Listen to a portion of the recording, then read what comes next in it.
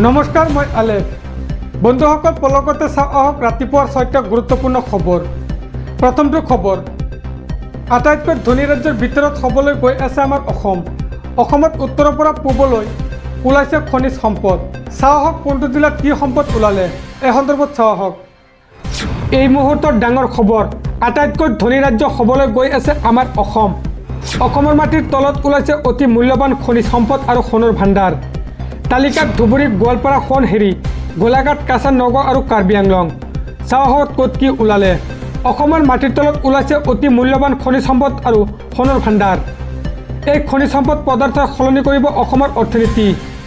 Geological survey of ইণ্ডিয়াৰ সমীক্ষাত প্ৰকাশ পাইছে এই ডাঙৰ তথ্য।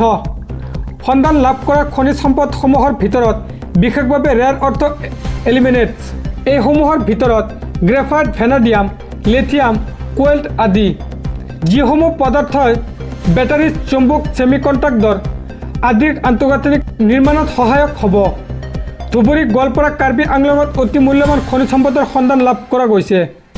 ধুবুৰীৰ চান্দডিঙাত পোৱা গৈছে 18.29 মিলিয়ন মূল্যৱান খনিজ সম্পদৰ পদাৰ্থ। নগাঁও আৰু কাৰ্বি আংলং জিলাত পোৱা গৈছে স্ফটিক আৰু চিলিকাৰ সন্ধান। সোণহৰি নদীৰ বুকুত পোৱা গৈছে সোণৰ ভাণ্ডাৰ। সমগ্ৰ উত্তৰ পূবত মুঠ 38টা খনিজ সম্পদৰ ভাণ্ডাৰ লাভ কৰিছে ভূতাত্ত্বিক বিভাগে। গোলাঘাট আৰু কাছাৰতো চিলিকাৰ ভাণ্ডাৰৰ সন্ধান পোৱা গৈছে। জিঅ'লজিকেল ছাৰ্ভে অৱ ইণ্ডিয়াৰ জৰীপত প্ৰকাশ পাইছে এই তথ্য। পৰৱৰ্তী খবৰ, জুবিন গাৰ্গৰ সৈতে অন্য এক বৃহৎ অন্যায়। মৃত্যুৰ পিছতো জুবিন গাৰ্গৰ আত্মাত মোক্ষম আঘাত। এক ভয়ংকৰ কাণ্ডত লিপ্ত হৈছে এটা চক্ৰ। ইফালে জুবিনৰ শেষ চিনেমাখনৰ পাইৰেচিক লৈ ৰৈ ৰৈ বিনালে টীমৰ সংবাদমেল। সবিস্তাৰে চাওঁ আহক। জুবিন গাৰ্গৰ সৈতে অন্য এক বৃহৎ অন্যায়। মৃত্যুৰ পিছতো জুবিন গাৰ্গৰ আত্মাত মোক্ষম আঘাত। এক ভয়ংকৰ কাণ্ডত লিপ্ত হৈছে এটা চক্ৰ। জুবিন গাৰ্গক মানসিক দুৰ্বল আৰু প্ৰতিপন্ন কৰাৰ অভিসন্ধি, ব্যক্তিগত জীৱন ৰাজহুৱা কৰাৰো এক ভয়ংকৰ অপচেষ্টা, চিকিৎসা বিজ্ঞানৰ ইথিক্স ভংগ কৰাৰ গুৰুতৰ অভিযোগ, SITৰ তদন্তৰ মাজতে কিছুমান বৈষম্যমূলক প্ৰচাৰ, ন্যস্ত স্বাৰ্থজড়িত মহলৰ দ্বাৰাই অপপ্ৰচাৰৰ অভিযোগ, চিকিৎসা সম্পৰ্কীয় গোপন বিষয়েও ৰাজহুৱা কৰাৰ অপচেষ্টা চলিছে।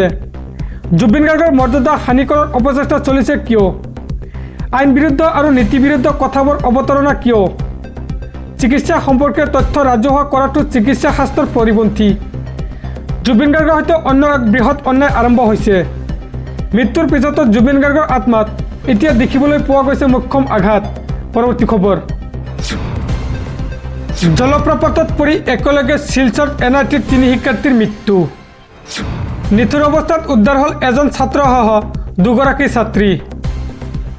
শিলচৰৰ পৰা ফুৰিবলৈ যাওঁতে ভয়ংকৰ অঘটন। সবিস্তাৰে চাওঁ আহক। ডিমা হাছাওৰ হাৰাংগাজাৱত এই অঘটন। জলপ্ৰপাতত পৰি শিলচৰ NITৰ 3 শিক্ষাৰ্থীৰ মৃত্যু। বলচল জলপ্ৰপাতত মৃত্যু এজন ছাত্ৰসহ 2গৰাকী ছাত্ৰীৰ। 3 শিক্ষাৰ্থী শিলচৰ NITৰ প্ৰথম বৰ্ষৰ ছাত্ৰ। জলপ্ৰপাতত উদ্ধাৰ হয় 3 শিক্ষাৰ্থীৰ মৃতদেহ।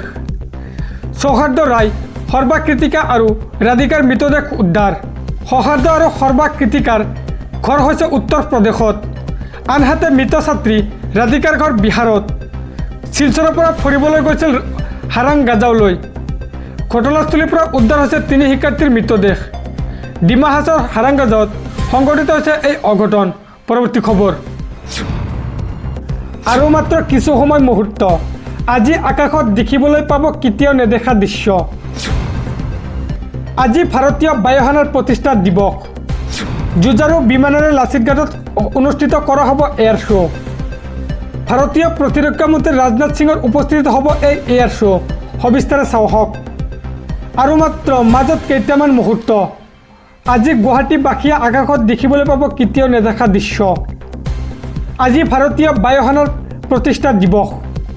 যুঁজাৰু বিমানেৰে লাচিত ঘাটত অনুষ্ঠিত কৰা হ'ব এয়াৰ শ্ব'। ভাৰতীয় প্ৰতিৰক্ষা মন্ত্ৰী ৰাজনাথ সিঙৰ উপস্থিতিত হ'ব এই এয়াৰ শ্ব'। বায়ুসেনাই আকাশমাৰ্গত দেখুৱাব বায়ুসেনাৰ প্ৰকৃত শক্তি। যোৱাকালিও আকাশমাৰ্গত দেখিবলৈ পোৱা গৈছে অন্তিমখন আখাৰা। পৰৱৰ্তী খবৰ, ৰাজ্যৰ উচ্ছেদক লৈ উপায়ুক্ত পৰ্যায়ৰ তদন্তৰ নিৰ্দেশ দিছে মুখ্যমন্ত্ৰীয়ে। অৰিজিনেল ক'ৰ মানুহ কি কথা, তন্ন তন্নকৈ পৰীক্ষা হ'ব নথি পত্ৰ। কোনো অবৈধ বিদেশীৰ স্থান নাই অসমত মুখ্যমন্ত্ৰী হিমন্ত বিশ্ব শৰ্মাৰ ডাঙৰ ঘোষণা এই সন্দৰ্ভত সবিশেষ চাওঁ আহক অসমৰ উচ্ছেদিতক লৈ বৃহৎ তদন্তৰ ঘোষণা মুখ্যমন্ত্ৰীৰ বিহাৰ ধুবুৰী বেংগল বুলি কৈ সিপাৰৰ পৰা আহিব পাৰে অবৈধ লোক তন্নতন্নকৈ হ'ব নথিপত্ৰ পৰীক্ষা উপযুক্ত কৰিব ইনকুৱাৰী উচ্ছেদৰ লগতে এইবাৰ আৰম্ভ হ'ব বৃহৎ তদন্ত বিহাৰ ধুবুৰী বেংগলৰ পৰা অহা মানুহক লৈ সন্দেহ প্ৰকাশ কৰিছে মুখ্যমন্ত্ৰীয়ে স্থায়ী বাসিন্দা নহ'লে উপযুক্ত কৰিব ইনকুৱাৰী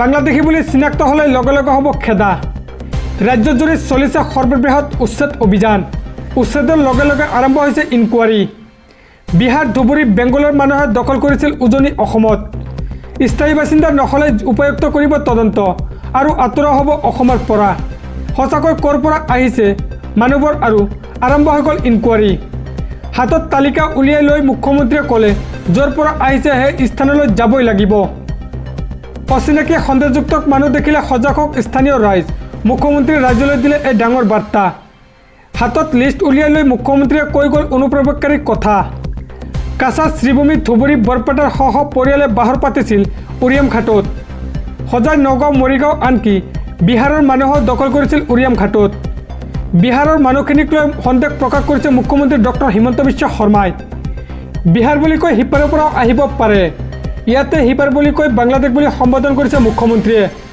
সকলো মানুহৰ নথিপত্ৰ পৰীক্ষা কৰাৰ নিৰ্দেশনা মুখ্যমন্ত্ৰীৰ জিলাই জিলাই দিয়া হৈছে উপযুক্ত পৰ্যায়ৰ তদন্তৰ নিৰ্দেশ বিদেশী বুলি ধৰা পৰিলে লগে লগে খেদা হ'ব অসমৰ পৰা